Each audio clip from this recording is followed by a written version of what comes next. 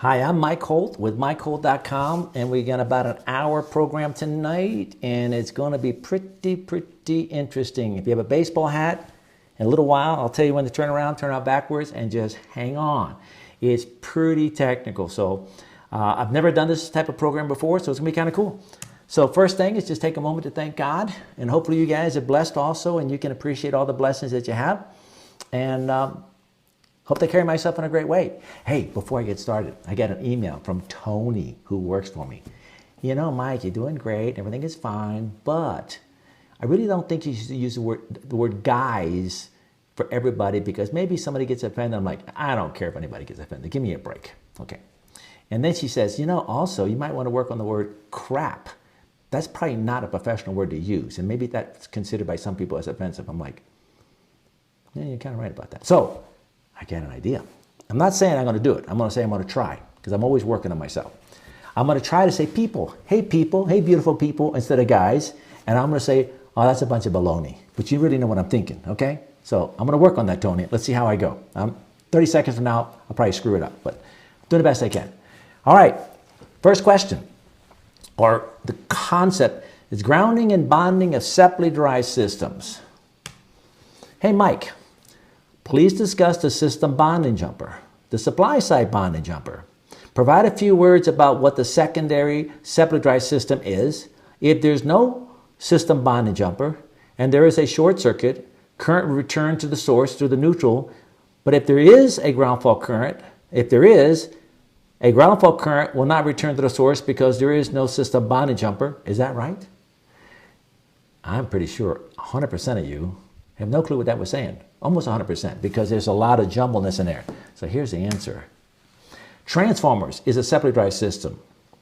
Of course, generators can be separately derived systems, but in general, 90% of them are probably not separately derived. We're not going to get into that. Okay. No, in an hour, I'm not going to be talking about separately derived systems, the supply side bonded jumper, the system bonded jumper, the equipment grounding conductors, the grounding electrode, whether you do it in the transformer or the generator, whether you do it the first disconnecting means, not going to happen. Listen, where's my bonding book here? Right here. And by the way, I changed the title of my book. It used to be Grounding, then it was Grounding and Bonding, and now it's Bonding and Grounding, because bonding is what it's all about. Listen.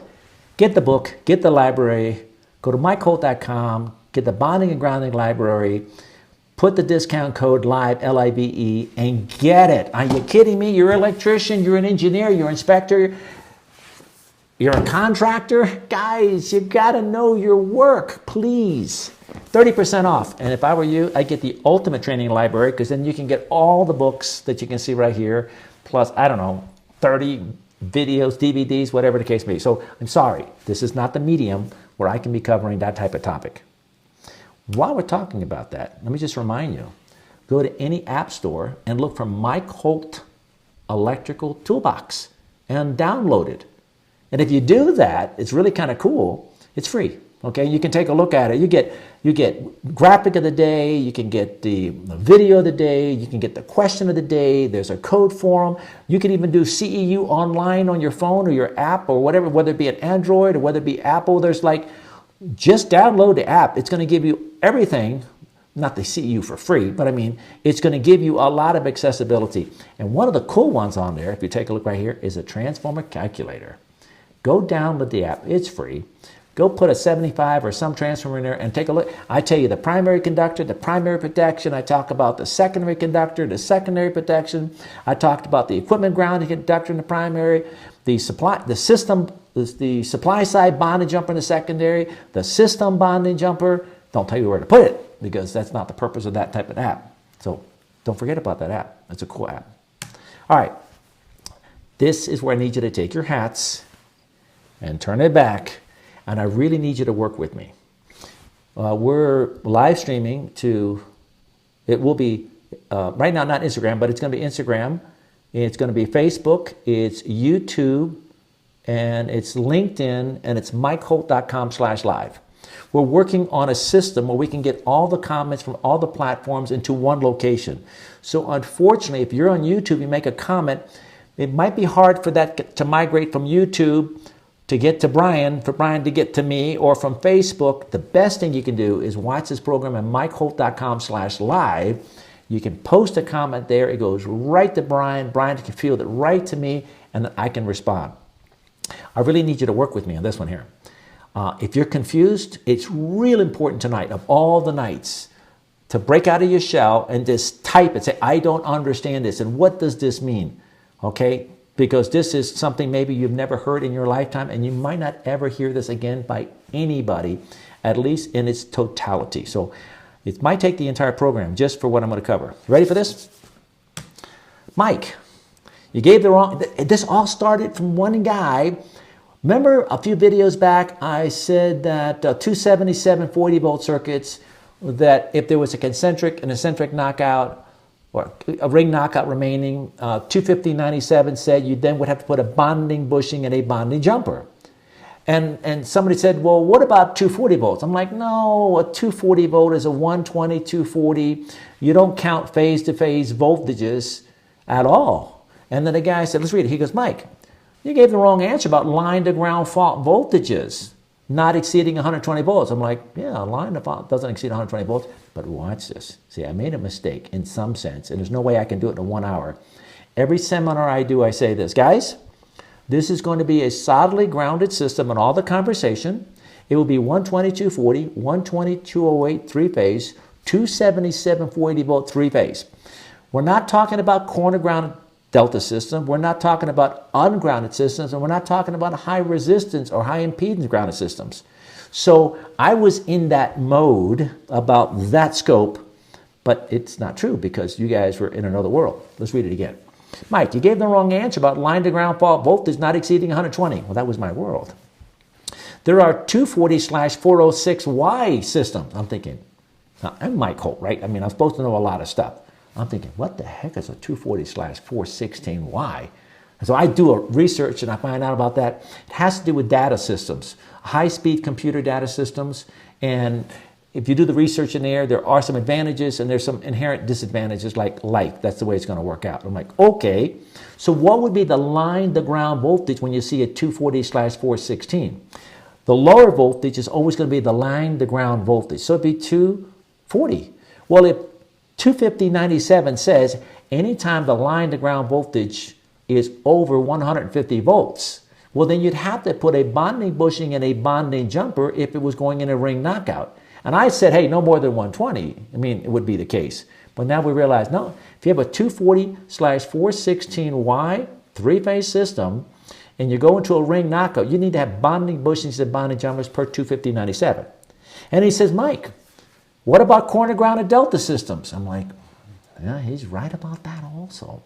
And what about ungrounded delta systems where the voltage ground does exceed 120 volts? I'm like, gosh, he's right about that too. But that wasn't the scope of the program, so I got to be more careful. But as he gave me that information, I realized, I bet you some of you out there that you don't know where a neutral comes from.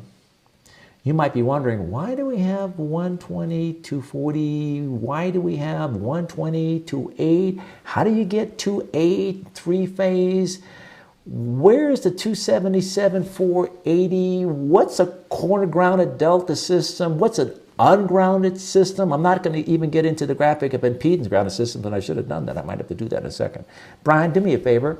Pop up some graphics. I don't know if you can do it or not and show it. We'll see, but if you can pop up a 250.36 graphic, maybe later on I'll say, hey, Brian, can you show this? And I can't see it, but maybe I can do it somehow. All right, so that was the question. I'm thinking, you know what I should do?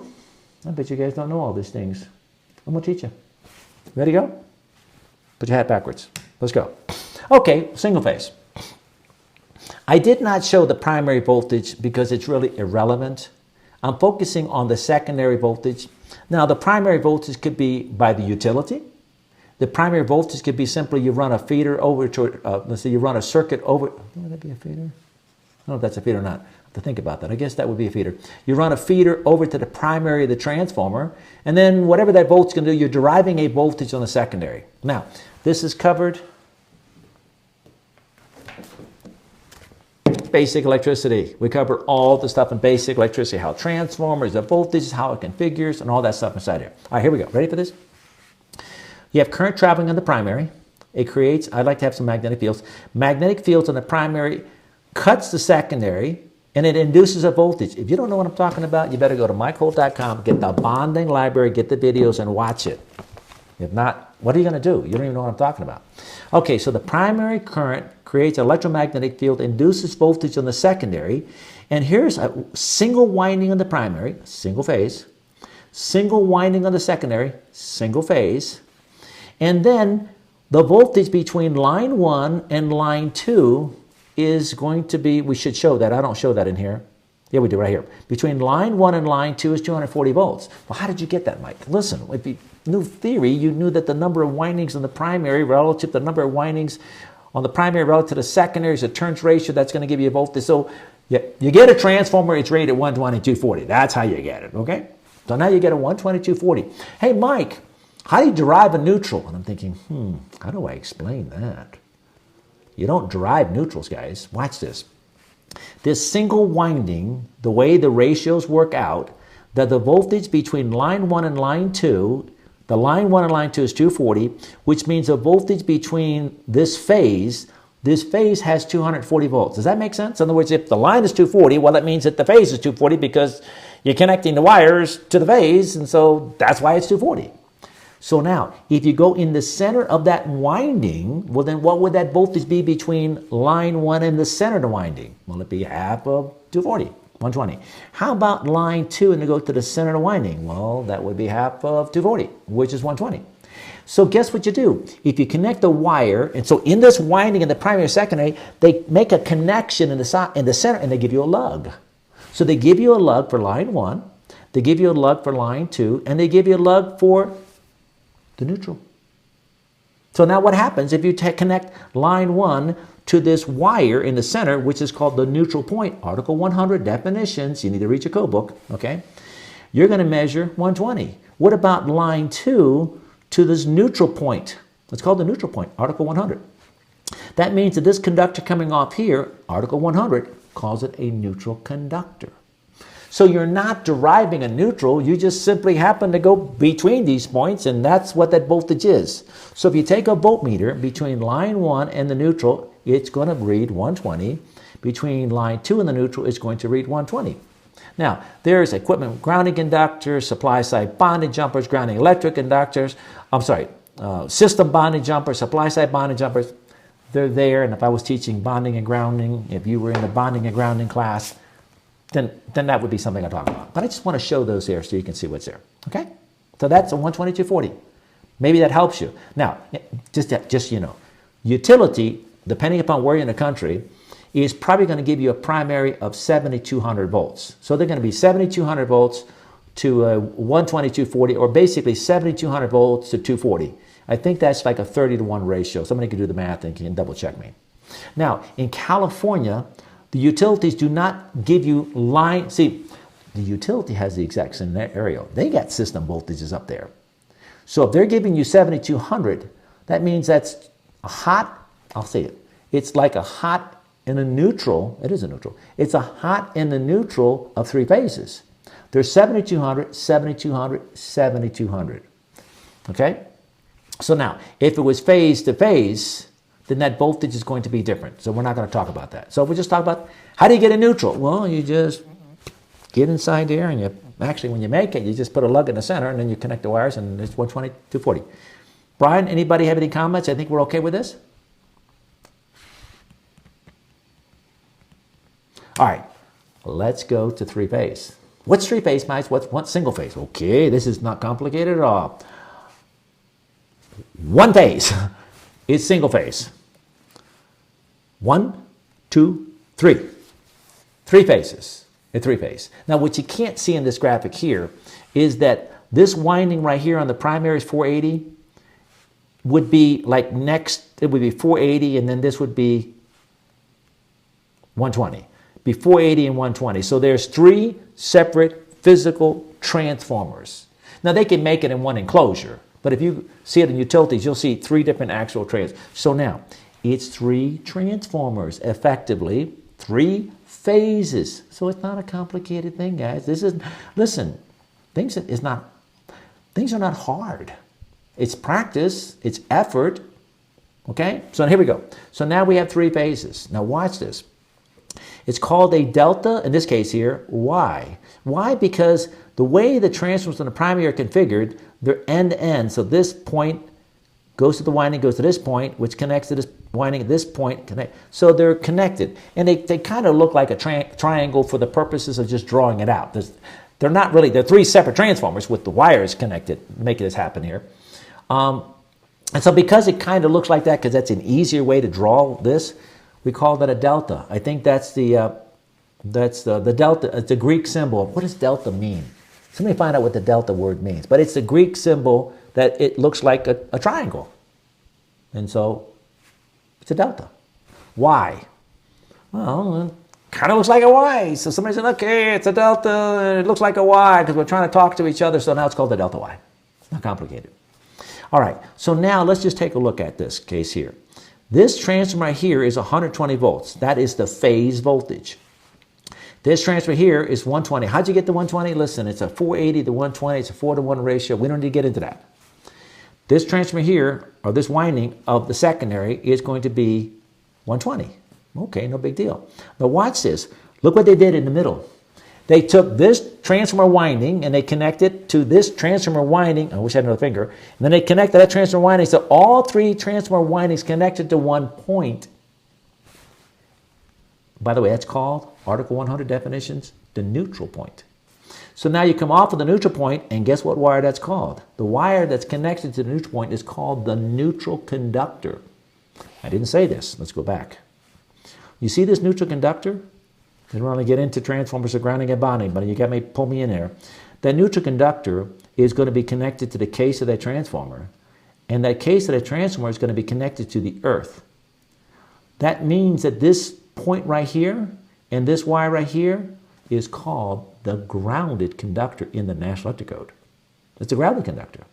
And you see these other conductors right here, line 1 and line 2? Are they connected to the case in the earth? Nope. So what does the code call the phase conductor? It calls it the ungrounded conductor. Listen, it's not complicated. So your hot wires or your ungrounded conductors, the wire that's connected to the case is connected to the earth is called a grounded conductor. But in this case here, since this neutral point is present between the center of the winding, the wire that's connected off of that is actually a grounded conductor, Article 200. But it's also a neutral. So you know what? I'd rather just call it neutral, and I'm not going to call the ungrounded conductors ungrounded conductors. I'm going to say your hot wires in your neutral or your phase conductors in your neutral. Okay? So I'm being a little slangish working with this here, okay? I don't want to say the ungrounded conductors and ungrounded conductors because it's not necessary. You've got to do too much mental. Back over here. That means that this is the center of all 3 windings, and that's called the neutral point. Is that neutral point grounded to the case? I'm sorry. It's bonded to the case with what's called a system bonding jumper. In this case, it's at the transformer for convenience. That case is connected to the earth electrode. That's called the grounding electroconductor, which means that the secondary of the system. Let me go back to the first one. You see this system right here that's grounded? You see you're running a wire between that's called the system bonding jumper? You know what kind of system that's called?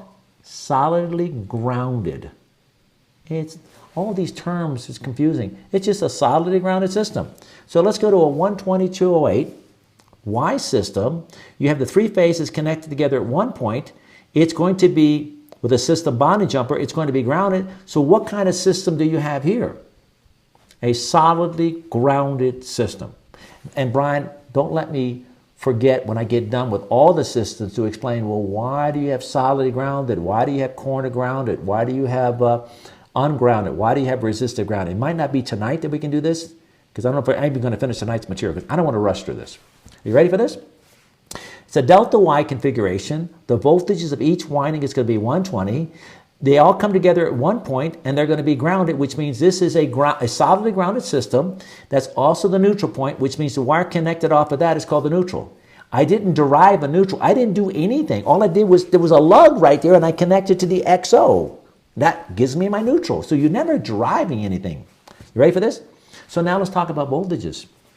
Okay, well, the voltage from line 1, here it is right here, over to the grounding point would be right here. It's what? 120 volts. From this point, which is this voltmeter here, to this point, which is this point right here. I hope you can see this and understand.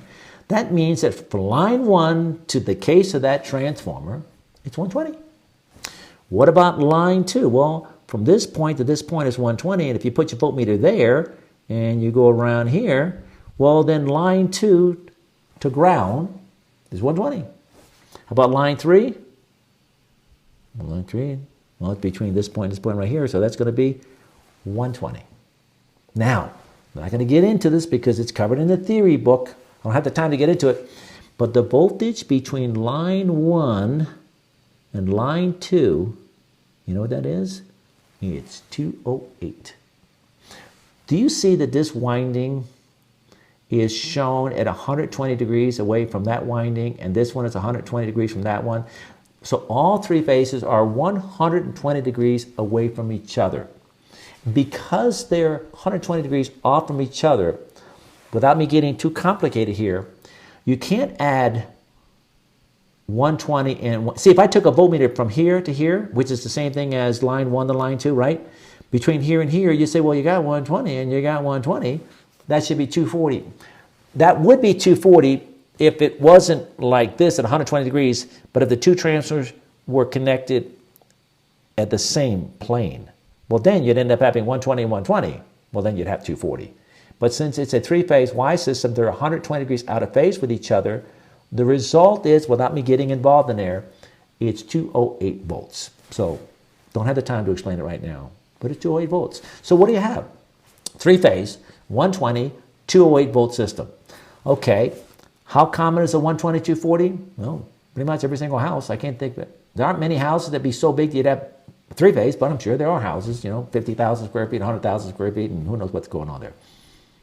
But 120, 240, why do you have 120, 240? Europe doesn't have 120, 240. They have different voltages. Well, they have a different system there, different frequency. So we're not going to compare different utility systems between countries. We don't care. It's about America, right? Just America. All right, here we go. I'm going to delta Y, three-phase, 120, 208, solidly grounded system. Hopefully me saying those terms, you're like, you know what? I can see delta Y. I can see that the transformer is going to be grounded. Mike says if it's grounded, whatever it means, that's solidly grounded right there. I can see the voltage is 120, 120, 120. And I guess you can't add 120, 120 like this. So the phase voltage or the line voltage between these two transformers is going to be 208. 1 to 2 is 208. 1, 2, here we go. 3 is 208. And 2 to 3, which phase to phase 208. 1 to 2, 2 to 3, 1 to 3. Phase to ground is 120, 120, 120. Any questions? Okay. We'll see if we get it. Now, 277, 480 volt, three-phase. You know what? It's not that big of a deal. It's just that you got a different transformer. It was wound differently. And I'm showing you voltages on the primary here. Like right here, 480 volt in the primary. The primary voltage is irrelevant. So Mike Colbert, I think we're going to remove those voltages because they really serve no purpose for what I'm trying to say right here. And now here's another one. Here's 277 on the secondary. What the primary voltage is irrelevant, so we're not going to pay attention. But it's a 277, 480. Why is that? Well, it just so happens that this was 277, and this was 277, and that's 277. And if you go line to ground, it's 277, line 1, line 2 is 277, line 3 is 277, and you can't add 277 and 277 because they're vectorially out of phase by 120 degrees, and they came out to be 480. Hey, Mike, how'd you come up with these voltages anyhow? Well, let's go back over to Edison. Edison started the whole thing, and he came up with 125 volt DC, and was direct current. And then, of course, you know the story about Tesla, and Tesla was not happy with Edison. He goes to Westinghouse, and and he's helping Westinghouse, and alternating current comes around. So now when it came to alternating current, they're trying to figure out, you got 125 volt DC. We got to get alternating current somehow to create the same effective amount of work. And of course, it's a sine wave, it's sinusoidal, it's instantaneous and peak and effective and average. All these things, you need to know this, and that's covered in theory. But let's just move on. So we just use 120 volts. Actually, I think we started probably at about 110 volts, and then it went 115, then we're up to 120. Okay. So now, 120, 208, three-phase, four-wire Y, solidly grounded system. Why have those voltages? Because we started with Edison. Where did the 277, 480 volt configuration come from? Actually, I have not even the slightest clue. I never thought about it till about 3 minutes ago as I was talking to you. So if anybody knows where the 277, 480 came from, whatever it was, somebody came out and said, hey, I come up with a higher voltage, and then there was probably a competition of a lot of different higher voltages, and then one person won, and that's the one that took off. Who knows what the story is on that. All right. Solidly grounded delta Y configuration that's going to be 277, 480 volts. Now, for those of you that are engineers, what drives you crazy is Mike. It's not 277/480. It's 480Y/277. And whenever you see the higher voltage before the lower voltage, just so you know, if engineering plans on it, that means it's three-phase. Whenever you see the lower voltage before the higher voltage, that means it's single phase. And I'm struggling with me keeping the 277/480 because I always say 277/480, 277/480. So those are the engineers. That's why I'm kind of doing a little slang here, because I don't care. I'm not trying to comply with some engineering manual. All right, delta connected. How do you know delta? Take a look at the graphic. It's a triangle and a triangle, and the triangle is a delta in the Greek symbol, and I don't remember what the Greek symbol represented.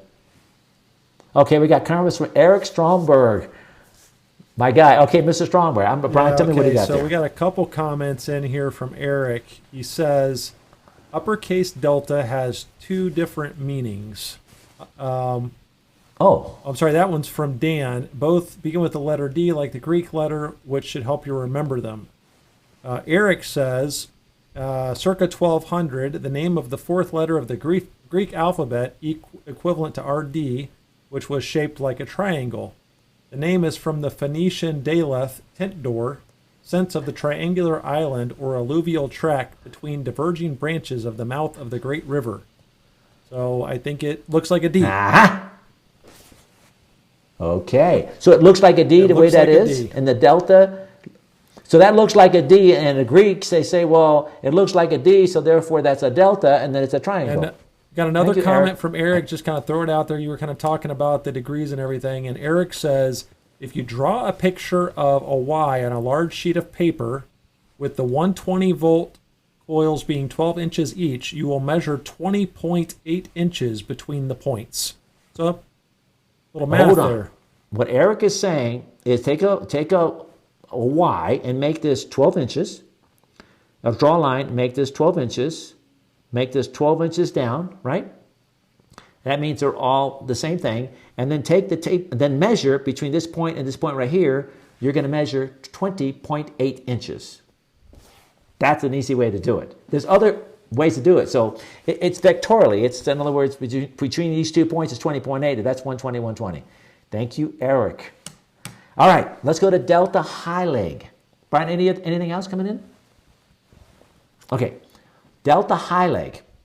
Now, this is not that common. Hardly ever going to see this.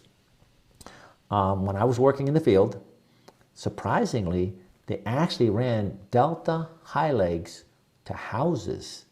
We used to have what was that called? The delta panel. That's right. But we're not going to get into that story there. And the reason they had a delta high leg to houses, which was three-phase, is because they had an elevator in these high-end homes. And the only way they can get an elevator to work is to have three-phase. Now, let's take a look at this high leg. What the heck does this mean? Well, there's a lot to the high leg, but I'm going to make it just simple talking about voltages. This is a delta, whatever the primary voltage is, we don't really care. But if we're saying this phase voltage on A is 240, and the phase voltage on B is 240, well, clearly the phase voltage on C is 240. But if they put a lug in the center and you took a voltmeter between this point and this point right here, you're going to measure 120 because it's straight, right? It's not vectorially. And if you go from the neutral point to this point right here, you're going to measure 120. So this is going to be 240, this is going to be 240, and this is going to be 240. Eric, I need you to do me a favor. I'm going to make a statement. See if I'm right, okay? Okay, so now, if the question was, what's the voltage between line 1 and ground? Well, you go to line 1, which is right here, and you're only going across the half of that one winding on phase C to ground. Well, it's going to be 120. Okay, what's the voltage of line 3, right here, to ground? Well, line 3 goes over to here, and then it goes over to this neutral point, and it goes to ground, and it's going to be 120. Now, the tricky part is, in a high leg, if you've never dealt with a high leg, you will definitely guarantee learn a lesson, because the voltage from the high leg, which the code requires, everything is 215.8, it requires a high leg to be the color orange, and it's 408, I think, .3-ish, that says that the high leg has to be terminated in a panel board or a switchboard or a switch gear, that the high leg has to terminate in the B phase. So it's orange in the B phase in panel boards. So just giving you some information. And don't forget, go to your code book, listen to the video, go back and watch it again. Okay, so now the high leg is orange, it goes to this point, and the question is, what's the voltage between line 2, high leg, orange, and ground? Well, the high leg goes to this point right here, and look what it has to do to get to ground. It has to go through one full winding, then half of another winding. And so, Brian, relay this way. Eric, if this is 24 inches, and this is 12 inches in that angle of the triangle, then if I take a ruler from this point to this point right here, because we are measuring from this point right here, it's going to be 20.8 inches. So this is just simply physics. This is angles. So you don't have to necessarily worry about that, but just what you need to know is with this. On a delta high leg system, the B phase is in the center terminal of the panel board, and it's highlighted orange. Now, we don't have this. Well, let me show you something else here. What's the voltage between line 1 and line... Where's line 1 and line? Line 1 and 3. Okay, line 1 and 3 is 240. Uh-oh, we got a mistake here. Okay. Line, and it should, this right here, this should be line 1 to line 3 is 240. That arrow here should go right below there. And line 1 to line 3 is 240. Line 1 to line 2 is 240. And line 2 to line 3 is 240. In other words, A to B is 240, B to C is 240, A to C is 240. Phase to phase, how is that? Take a look at this. This is just simple stuff. Well, this point to this point is what? 240, which would be what? Line 1 to line 2. So line 1 to line 2 is 240. How about between this point and this point?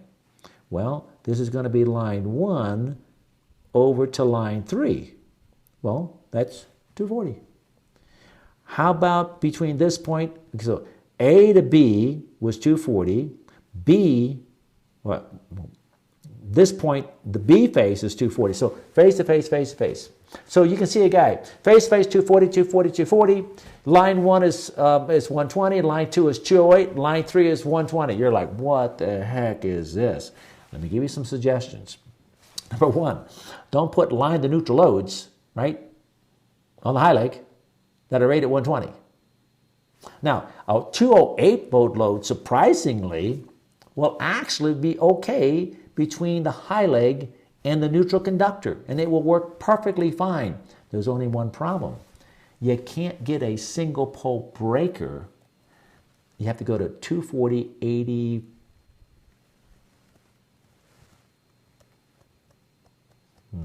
85, 84. I'm going to say 85. 240, 85. I was right. 240, 85. I'm not going to get into it. Talks about slash rated breakers, a 120 slash 240, a 277 slash 480. So if you get a breaker rated 120 slash 240, that means that you can use it on a 120 208 system. You can use it on a 120 208 system. The lower voltage is the line to ground voltage. What's a line to ground voltage on a high leg? On the high leg orange conductor in the B phase? 208s. So you can't take a 120 slash 240 volt rated breaker and put it on a high leg, because the 120 represents the line to ground voltage and the 240 represents the line to line voltage. So you can't do that. So there's some other, you can use a 3-pole breaker, by the way, if you want to. And all right, Brian, I'm ready for it. Comment. All right. So Eric says he shoots, he scores. So you must have gotten it right when you made your comments about the Delta. But I do have a question here. So Mike, Yeah. why would anybody use a high leg Delta system? What's the reason? Great question. The reason was, back many, many years ago, we didn't have 3-phase systems. We didn't really have 3-phase much stuff. But whenever they wanted a 3-phase, an elevator. I did a lot of condos in Miami and in Fort Lauderdale area. And what they would do is they bring a 3-phase high leg system, and the high leg was only being used for the elevator. And what you get is what? You get the high leg only for the elevator, and then what do you get between line to neutral and the other two lines? So you would take a 3-phase circuit out over to the elevator, but then you'd only take 2 hots to the neutral over to everything else, and you get your 120, you get your 240, right? Because look right here. What is this right here? Line 1 to neutral is 120. What's line 3 to neutral? 120. What's between line 1 and line 3? 240. So at the time, that was the value. I can't think of any other reason today. There are some major problems with high leg Delta systems having to do with actually sizing the you really kind of have to have like 3 different physical size transformers to do this working, because line to neutral loads are going to be on the C phase and then the B. It's a complicated thing. So, and unless somebody else has another reason, I don't imagine anybody is putting in a high leg Delta system today. Be careful. Where's the high leg supposed to go in the panel boards? What color is supposed to be? Orange in the B phase. Guess what it used to be years and years ago? It wasn't in the B phase. Anybody remember what it was? The C phase. And where do you think the high leg goes today in meter can enclosures? Today. And where does it terminate in meter can enclosures? The other day. And meter can enclosures in the past terminated where? C phase. Where did it terminate in the past on the panel boards? C phase. Where does it terminate meter enclosures today? C phase. Where does it terminate panel boards today? B phase. Imagine somebody going into an existing installation that has a high leg Delta system, and all they know is that the high leg goes into the B phase. So they put the gear out, they take all the wires, put it back inside there, and instead of putting the high leg in the C phase or changing all the wiring in this particular building, they put it in the B phase, and then they're all excited. The utility comes in, and in the morning, the customers come into the office building, turn on the power, and start smoking everything. Trust me. I did a couple more comments. I can imagine me doing that. Okay? So there's a hazard with high leg Delta systems, and we're going back and remodeling. Okay, yep. Some more comments. So I want to just throw one out there. Another actually common application in old houses was 3-phase air conditioners. So I live in Central Florida. Okay, there you go. 3-phase. We had those all over the place. They're coming out, but big houses. It was residential too, so it was a real problem if you weren't careful. Yep. And that's where we had that Delta, the Delta panel. Yes, those right. Years, right. Split bus panels. Yep. One of the guys says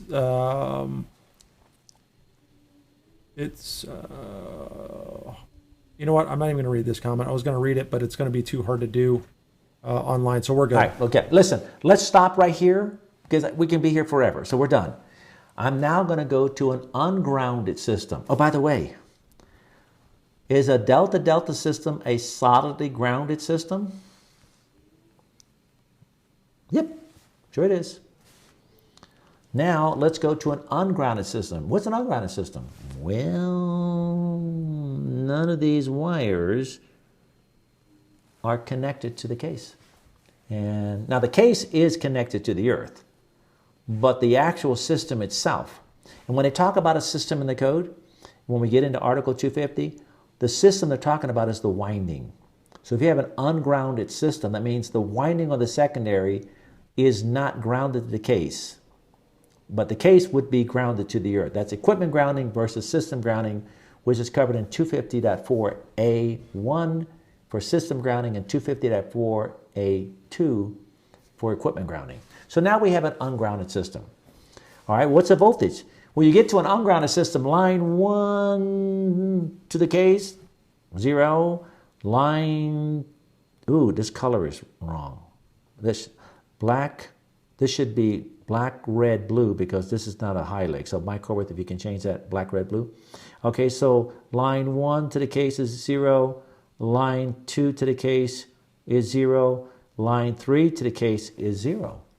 Well, because a voltmeter is measuring the difference in potential, so it's like taking a voltmeter in the line 1 and stick it up in the air. What are they going to measure? You can't measure anything because it's no reference to anything. I know that's kind of almost a little bizarre, but let's go back here. If you make a connection here, that's an electric solid connection, then you could take a voltmeter from line 1 and you can go to the case, and therefore you can measure that voltage. There's difference of potential. But for an ungrounded system, you don't know. But Brian, you need to help me out because you have a little bit more experience of this than I did. We had Wiggies. Anybody know what I'm talking about? It's electromagnetic voltmeter. Yeah, touch a Wiggy, it's an armature, brings it inside there, it goes up to 120 or it goes up to 277 or 240 and 480, and you had a voltage. Well, today, people don't use Wiggies. Man, I want to get a Wiggy, though. I love my Wiggy. We used to actually use a light bulb, a 240-volt light bulb we used to use to be able to measure circuit voltages and check everything out. But that's kind of cool. I got lucky. I started with an old-time timer. He was an old-timer. And guess what? Today, we don't have Wiggies. We have these cute little, sweet little voltmeters that are very sensitive. And so you could touch line 1 and you can touch the ground. And because it's so sensitive, Brian, am I right about that? You can get some numbers to appear. They do still have a Wiggy. I know you don't like it, but they do still have a Wiggy. I know, I like Wiggies. It's actually, I like it's still digital, and they have some that are LED, but they're still low impedance instead of high impedance. So there's two different kinds of meters. Okay, but the digital ones, not the ones that's electromagnetic. They are low impedance. Those will not give you the phantom voltage that we're talking about. They won't. Yeah. So which ones give you the ones phantom with the voltage? high impedance, because the resistance is so high it doesn't pull down the phantom voltage on the circuit. Yeah, because there's volt. Okay, but how do I know if I have because I go to an ungrounded system and I get these crazy numbers, and I go to another line. It's crazy numbers. Go to another phase. It's like crazy numbers. And I go line to line. What am I going to get line to line? Line 1 to line 3, 240. Line 1. Okay, we got to extend this. Okay, line 1 to line 3 is 240. This should be line 1 to line 2 is 240. Or maybe this one should be down at 240. And then between, in other words, line to line is 240, 240, 240. Line to ground is some obscure number. Line 2 to ground, obscure number. Line 3 to ground. How do I know, Brian, if I have a meter that's the high resistance versus the low impedance? They're marked. I mean, they are marked, and this is actually a problem for guys that are new to the service business, because a lot of people call them floating grounds, and they have all these names that they come up with because they don't actually understand what's going on. So they're trying to measure between two things that actually aren't connected to each other. And because they don't understand electrical theory, that electricity is trying to return to the source that it came from, they're like, oh, I got a problem here. I got to do something here. How do I know the if Wiggy I got style ones, the ones that are still look just like a Wiggy, they actually are low impedance. And then when your meters that have a digital display, it still looks like a Wiggy. They'll actually tell you if they're low impedance or not, or they'll say it's 10 million ohms or 8 million ohms or whatever. But the best thing to do you're worried about it, is just get a wiggy that looks with the little, 120, 208, 240, 277, 480 lights. And then those are almost always low impedance. Or if you have another voltmeter, you go 240 line 1 to line 2, 240 line 2 to line 3, 240, line whatever it is, and then you go to line 1 the case, line 1 the case, line 1 the case, and it's obscure. I'd rather have the right. Well, and if you have a multimeter like my Fluke, it just says right on there low Z, and that's Z is for impedance, so it says low Z. So you go to the low Z setting. You don't want to do that if you're working with very sensitive circuits like fire alarm panels, because that'll screw things up as far as your ratings go. But for when you're working on power circuits, and you can just go to the low Z setting and you can avoid those issues. We have two questions, and you're probably going to get to them, but I just want to bring them up since I'm already talking. What's the purpose for this ungrounded system? I was just going to say and I know that you're now. probably going to So bring let's that talk up. And then there was one other question right in here, and it basically says, 120 volt appliances. This is going back to the highlight. If you can just hit that while you're talking about this. Well, 120 volt appliance motors start properly on 208. Got a couple people asking that. Will a 120 volt motor start on a 208? On the high leg. Line to neutral. Will a motor made for 220 volt phases start properly on the high leg? Well, if it's designed for 220, then you cannot put it on the high leg because that voltage is below the rating of the motor. But if you have a 208 volt rated motor, yes, it will run perfectly fine on the high leg. I didn't think it did. And I said that one time. And then I got all kinds of information. Of course it runs fine on 208 volts. It doesn't matter whether it's any other, if it's a line to neutral, a single phase 208 volt. The answer is yes. The problem is 250-85. You have to use a 3-pole. See, all 3-pole breakers, if you look at 240-85, if you look at all 3-pole breakers, they're not slash rated. They're not 120, 240. They're 240 or they're 480. Maybe even 600 volts, okay? So therefore, yes, the motor will run perfectly fine, and you can do it legally fine as long as you use a straight rated breaker, which would be a 3-pole breaker. So you can use here, watch this, 3-pole breaker. You ready for this? 3-pole breaker, which is straight rated. Line 1 is going to supply lights. Line 2 is going to supply receptacles, and line 3 is going to supply your 208 volt motor. Perfect. And line 1 and line 2 could be a multi-wire branch circuit. No, they would all be multi-wire branch circuits. They would all connect to the neutral, and the electrons would be just a couple more comments before you run away here, Mike, because these guys are really really keyed up on this. So is the ground from a secondary of a transformer connected to the ground of the primary, or do the two grounds stay separate? Okay. If I had a coil of wire, 12 gauge here, and I had another coil of wire, 2 gauge here, the magnetic coupling of the primary will induce voltage on the secondary, and the current on the secondary returns to the secondary, and the current on the primary returns to its power supply. There is no electrical connection between the two at all. However, on the primary, we're going to have to bring an equipment grounding conductor. Let's go back over here to this simple one. The reason I bring an equipment grounding conductor in the primary is in the event that there's a fault on the primary, a ground fault, Article 100 definition, in the event that there's a ground fault, because that equipment grounding conductor is part of the effective ground fault current path, Article 100, and also 250.4A5. So the only reason I bring an equipment grounding conductor is to clear a fault of the primary conductors.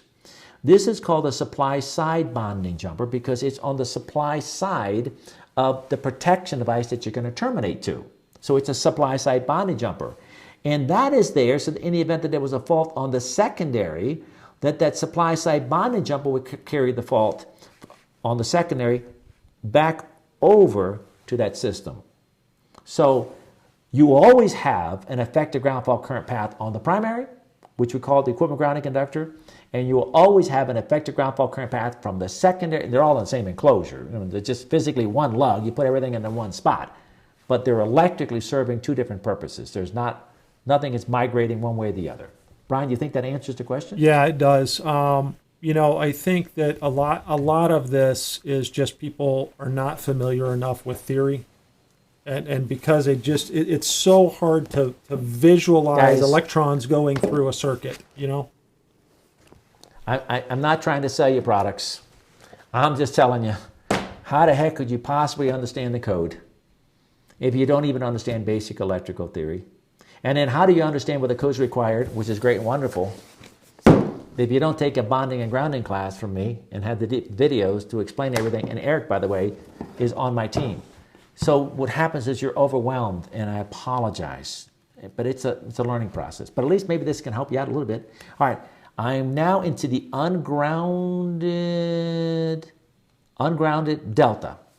And the question was, remember ungrounded delta, 240, 240, 240. It could be an ungrounded 480 volt delta. It would be 480, 480, 480, but the voltage from any one line to the case is not there using a low impedance voltmeter because there's no reference point.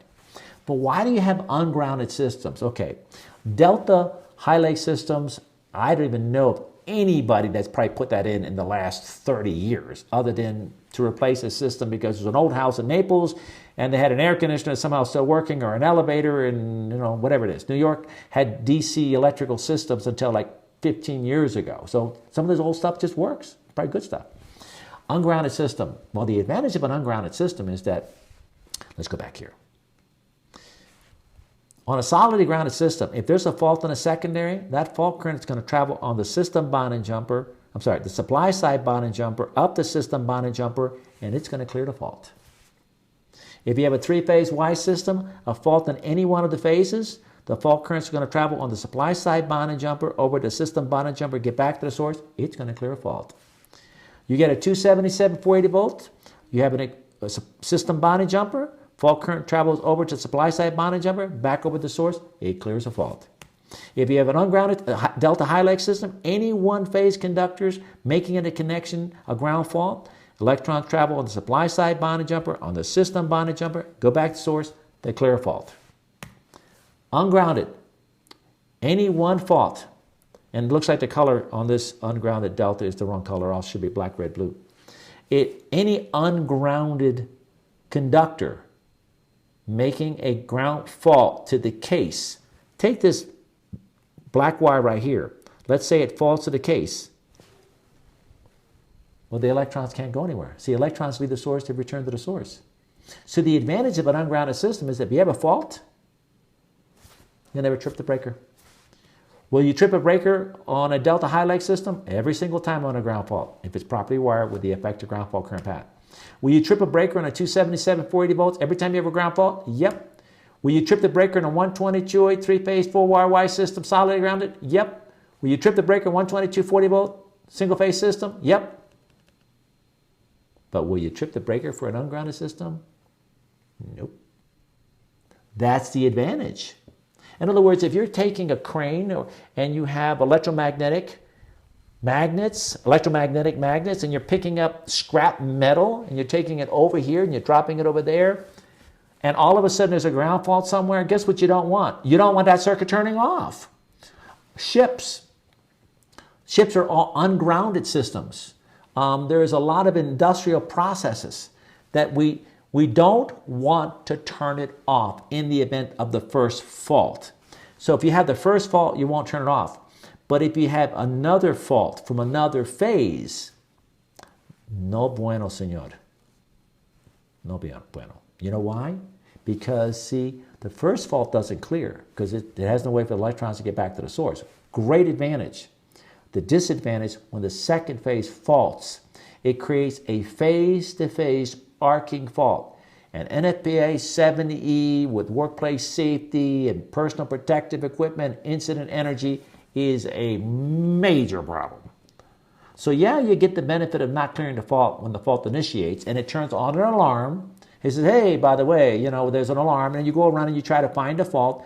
and you try to clear it so that you can have some kind of shutdown system without it like turning off instantly. But if you don't clear that first fault quick enough and a second fault occurs, you're going to have an arc blast at the highest magnitude. So ungrounded systems, no, not really very common. But there are applications where it is very common. All right, let's talk about, oh boy, I'm running out of time. Guys, you want me to continue this tomorrow? Because I don't want to go past, not tomorrow. Tomorrow is what? Thursday, Friday. I'm going to ride my bike, my mountain bike tomorrow. Yes. Okay, back to start. Back. Fine. All right, fine. I'm going to do, all right, let's do a corner grounded delta system. Okay, it's a delta, and it's a corner grounded delta, which means what? Well, it's a delta. So it looks like, the Greek islands where they were, and they look like a D, and that represents the fourth letter of the alphabet in the Greek, and that was represented by the Greek symbol of a triangle, and so we call it a delta. Okay, thank you, Eric. Okay, so now you have a delta transformer, and we really don't want it to be ungrounded. We want it to be grounded. Why do you want it to be grounded, Mike? Well, we just don't like the idea of having ungrounded systems, because if it's an ungrounded system and one phase goes to ground, well then it's going to clear, it's going to open up a protected device. So we've kind of come to the conclusion, I think, in most applications and most new installations, is that we're going with solidly grounded systems. So now, there are some corner grounded delta systems out there, and here's how you can tell. Since this one point is grounded, which is then our system bonding jumper, and then it's going to be grounded to the earth with the equipment grounding conductor. Let's take a voltmeter. Line 1 to ground. Okay, well, how do we do that? Line 1 goes here to ground. Okay, well, that's 240. Okay, how about line 2?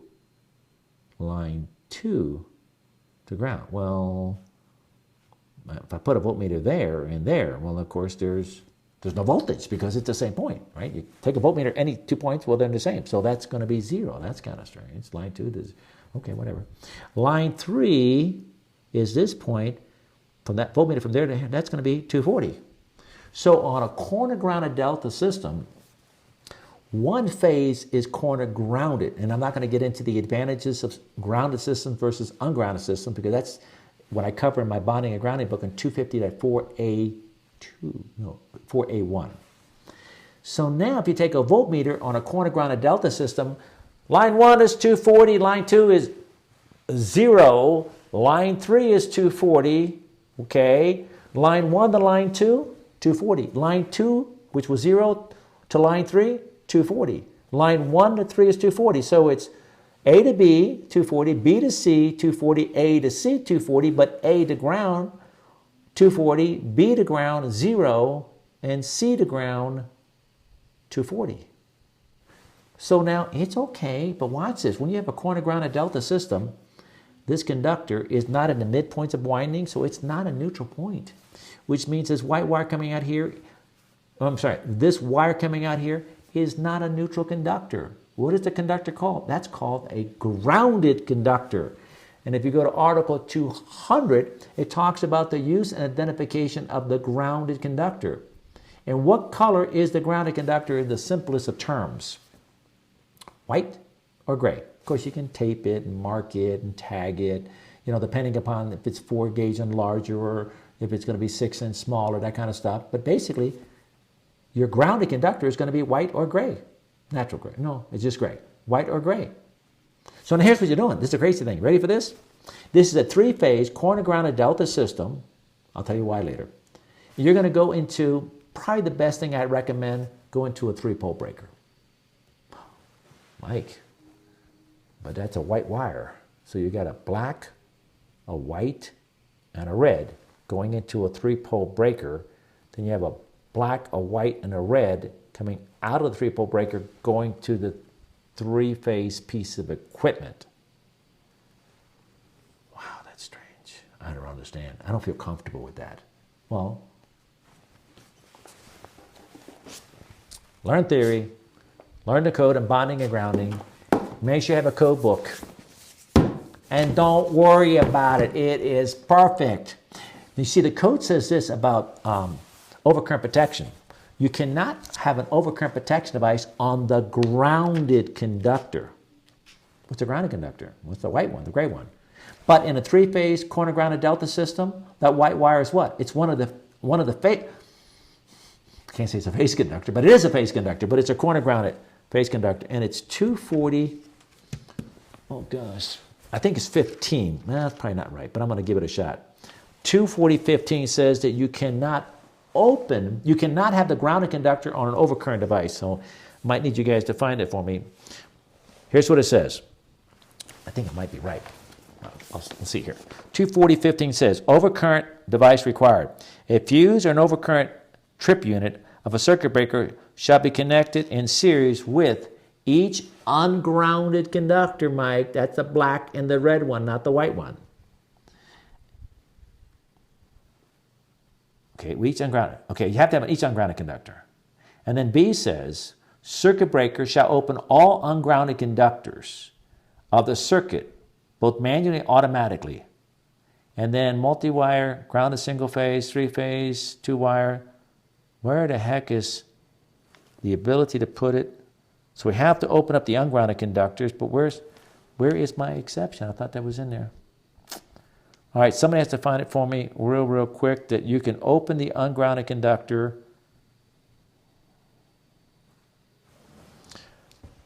$13? No.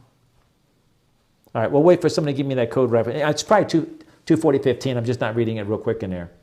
By the way, we'll give you that reference here. Not today, we'll get it in the next video. You can have the grounded conductor and you can open it with a circuit breaker with the ungrounded conductors, but only if they all open simultaneously. So you could not have a fusible disconnect, because then they could not be all open simultaneously. I think that's true. You could not have it. Yeah, it would be in a circuit breaker. It's overcurrent protection. The overcurrent protection device would have to open simultaneously. So a corner grounded delta system, you've got black, white, red, three phases. You connect into the disconnect, three phase go over to the motor. Mike, why would anybody want a corner grounded delta system? Here's what I got for you. Mike, I have 208. Look at the primary. Three-phase, Y system, 208. So Eric told us 12 inches, 12 inches. Take a ruler, you're going to have what? 20.8 inches. So it's going to be, what's the voltage between line to line? 208 volts. Let's say you're in a building, in a warehouse. I was just in a warehouse the other day. And it has 120, 208. And a piece of equipment comes in, and they want 480. And you're like, okay, that's interesting. So you know what you find out? Say, you know what? I got a delta Y transformer that you put 480 in the primary, and you take 122.8 on the secondary. What if I backfeed the transformer with 122.08, and then I'd get 480 out? Yes, 100% that will work. Just a couple of things you got to be aware of. Number one, you got to make sure that that transformer is actually marked and identified and listed for, I don't think they use the word backfeed, but reverse connection. So they would actually tell you that you can. So, okay, not as you can. Now watch this. So now we take a transformer that's a delta Y, and we this imaginarily turn around. So now it's going to be a Y delta. By the way, because it's three-phase primary, you don't bring a neutral to the primary Y at all, okay? Because you have the equipment grounding conductor that will clear a fault in the event of any fault on the primary side. But a secondary now, which is a reverse feed, is a delta. And you see, when you go to let me go to 4, okay, I don't have that, okay. When you go to an ungrounded system, you need to have ground detectors. Remember I mentioned to you about ungrounded system, one phase goes to ground, you're going to get an alarm or something like that. So an ungrounded system requires you to put ground detectors with some kind of a notification to let people know it's ungrounded, okay? Or that's a fault. If you backfeed a transformer, now it's going to be an ungrounded delta system. Well, now you got to go out and buy some kind of ground fault detectors or something like that. What you could do is make sure the transformer can be backfed, backfeed the transformer, and take the L2 terminal and go to that green bar in the bottom of your transformer. just the L2. And that should be red, by the way. So this goes over to the case. So now what do you have between line 1 and line 2 is 480. Line 1 and line 3 is 480. And line 2 and line 3 is 480. You have a 3-phase 480 volt secondary, and it's corner grounded. And what's the voltage between line 1 and the neutral? Well, let's see, voltage line 1 and the neutral. It's 480 volts. So line 1, okay, right here. Line 1, okay, that's going to be 480 volts. How about line 2? I'm sorry, line 1 to ground. There's no neutral in the secondary. There's a grounded conductor, but there's no neutral. Line 1 to the equipment enclosure would be 480. Line 2 to the enclosure would be 0. And line 3 to the enclosure would be 0. But line 1 to line 2 is 480. Line 1 to line 3 is 280. Line 2 to line 3 is 480. So I got 480, 480, 480. Guess what you get? You now have a 3-phase 480 volt system that's corner grounded, and you do what? Black, white, red. Of course, the code doesn't require those colors. But it's going to have to be, the grounded conductor is going to have to be white or gray, and identified however 200.6 tells you your options to identify it. And you're going to go into a 3-pole breaker because you have to simultaneously open up all the conductors, and you can open up the grounded conductor with an overcurrent device. Brian, did anybody give me that reference? It's driving me crazy. Did not say that, where you can terminate the grounded conductor and open up the overcurrent. Circuit breaker shall open all grounded conductor circuit, both unless others permitted in 15B1, B2, B3. I'm reading 240.15b. Okay, multi-wire branch circuits, single pole, 3-phase, line the neutral loads. All right, I'm going to have to find that, and it's not there. All right, so that's your corner grounded delta system, and that's an example of when you would have a corner grounded delta system. But Mike, what about if you weren't backfeeding a transformer? Would there be any corner grounded delta systems out there? Of course there are out there. Well, why are they out there? Well, because they decided they just didn't want to put a ground detector, so they corner ground it, and they just put black, white, red, and 3-pole breaker, and everything is fine. And that's what I have, Brian. I guess we're running a little bit late. Well, we have a very important question that's come up several times, and I'm going to see if I can get your bike up on the screen. Everybody wants to know, what kind of bike do you have, Mike? I'm going to put a picture up of your S-Works bike here. You can put my I don't Levo have SL? your Levo yet, but I do have your Epic. You have to send me a picture of your Levo. We'll put it up on Tuesday. No, just go to Specialized Levo SL. We need to show the video of my Levo. It doesn't matter. Okay, hold on. Let me finish this officially so that I'm not holding anybody up. And so let's take care of the technical questions. And then if there's none there, then we're kind of officially done with the recording. Let me know when we're officially done. Let's officially finish that recording. We can probably wrap it up. We could go all night long with what we have in the question queue. No. I got more stuff tomorrow. So I tell you what we're going to do. Next Tuesday, I'm going to do a review of this again, and we'll see if there's any questions that come in as you think about that, and then I'm going to hit it again. Okay. Thank you. God bless. We're done. All right, Brian. All right, you can do whatever you want to do now. I got to find that rule. Mike's bike up here. All right, there you go. That is a S-Works, and you can't, let me see if I can, I don't know if I can zoom in on this a little bit. This baby is, no, it won't let me zoom in. It's in digital camo. Pretty cool bike. Oh, yeah, my digital camo one. Oh, yeah, man. Cool bike. All right, Mike, I think that's it for tonight. We'll wrap it up. Okay, guys, driving me nuts. I can't find that one rule. We'll have it for him on Tuesday. I'm sure right here. All right, guys, have a great weekend. Listen, in May, I'm covering life skills, careers, apprentices, electricians not licensed, licensed electricians, contractors, inspectors, all you guys that are like, okay, Mike, here's where I'm at in my life. what do I do? You know what I mean? Somehow you've done something. And by the way, I would like you to go to MikeHolt.com and then go to videos. In the very first video, it says the Mike Holt story. Really like you to watch my story before May so you can understand a little better perspective of kind of like how I think. All right, guys. Still, we're looking for that code rule. I'm not stopping tonight till I find